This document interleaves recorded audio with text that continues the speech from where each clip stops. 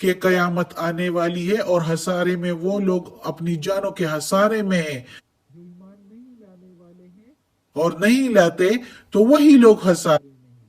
اور یہ اللہ ہی ہے جس نے سکون کے لیے دن اور رات بنائے ہیں، اور وہ کامل سننے والا اور علم والا ہے۔ اب ادھر اللہ تعالیٰ نے پھر کہا ہے محمد صلی اللہ علیہ وآلہ وسلم نے، محمد صلی اللہ علیہ وآلہ وسلم سے اس آج کے سبق میں جو ہم پڑھ رہے ہیں کہ کہہ دو میرے پیارے نبی ان سب مشرکین سے اور جو سب غلط غلط عقیدے والے لوگ ہیں ان سب سے کہہ دو، کیونکہ بہت سے لوگ محمد صلی اللہ علیہ وآلہ وسلم کو بہت آفر دیتے تھے کہ یہ نبوت جو ہے یہ چھوڑ دو، یعنی یہ اللہ کا پیغام جو ہے یہ لوگوں کو پہنچانا چھوڑ دو، اس کو چھوڑ دو تو ہم آپ کو سرداری بھی دے دیں گے، ہم آپ کو اپنی جو جگہ ہے اس کی خوبصورت ترین لڑکی بھی آپ سے شادی کروا دیں گے، آپ کو مال اور دولت بھی دے دیں گے، یعنی بہت آفر لوگ دے رہے تھے، اپنا عالم بھی بنا دیں گے، کیا کیا آفر دے رہے تھے محمد صلی اللہ علیہ وآلہ وسلم کو، اور ان کو کہہ رہے تھے کہ یہ اللہ کا پیغام دینا چھوڑ دو۔ لیکن محمد صلی اللہ علیہ وآلہ وسلم نے فرمایا کہ میرے ایک ہاتھ میں اگر سورج رکھ دو اور دوسرے ہاتھ میں اگر چاند بھی رکھ دو تو میں اللہ کا پیغام دوسروں کو پہنچانا نہیں چھوڑوں گا۔ تو یہ محمد صلی اللہ علیہ وسلم کا جواب تھا، اور پھر اللہ تعالیٰ نے اس جگہ پر ان لوگوں کے لیے محمد صلی اللہ علیہ وآلہ وسلم سے کہہ دیا کہ ان لوگوں سے کہہ دو کہ کیا میں ان کو چھوڑ دوں جس نے آسمان اور زمین بنائے ہیں اور جو سب کو کھلاتا ہے اور اس کو کوئی نہیں کھلاتا، وہی سب کو کھلانے والا ہے، تو اس کو چھوڑ دو کسی اور کو معبود بنا؟ یہ کیا بات ہوئی؟ یہ کوئی عقل والی بات ہے کہ کسی اور کو معبود بنا؟ جس نے آسمان اور زمین بنائے ہیں ظاہر ہے اسی کو معبود بنانا ہے، اسی نے ہم کو بنایا ہے، اور اسی کے ہاتھ میں ہماری جو ہے سارا کچھ ہے، وہ ہمیں کچھ بھی کر سکتا ہے، اگر وہ ہو کہتا ہے ہو جا تو وہ ہو جاتا ہے، تو اس کے ہاتھوں میں ہماری سانس ہے، ہماری سانس کی ڈوری ہے، وہ ابھی اگر کہہ دے تو ہماری جان نکل سکتی ہے، کسی بھی وقت جو ہے وہ زندگی کا کوئی بھروسہ نہیں ہے، موت کا کوئی بھروسہ نہیں، کسی بھی وقت موت آ سکتی ہے۔ تو اس لیے ہمیں اس معبود کو جو ہے اس کی عبادت کرنی چاہیے جس نے یہ آسمان اور زمین اور ہمیں بنایا ہے، جو ہمیں کھلاتا ہے اور اور پھر آگے اللہ تعالیٰ نے محمد صلی اللہ علیہ وسلم سے فرمایا ہے کہ ان سے کہہ دو کہ میں سب سے پہلا حکم بردار بن جاؤں، میں سب سے پہلا حکم برداروں میں سے ہوں اور نہ ہو مشرکین میں سے، کیونکہ مشرکین کا جو انجام ہے وہ بہت برا ہے، وہ دوزخ کا بھی اور قبر کا بھی۔ آگے پڑھتے ہیں اگلی آیت، قل کہہ دو میرے پیارے نبی، انی مجھ کو اخافو ڈر ہے، یہ کہ عصیتو نافرمانی کروں ربی اپنے رب کی، عذاب دن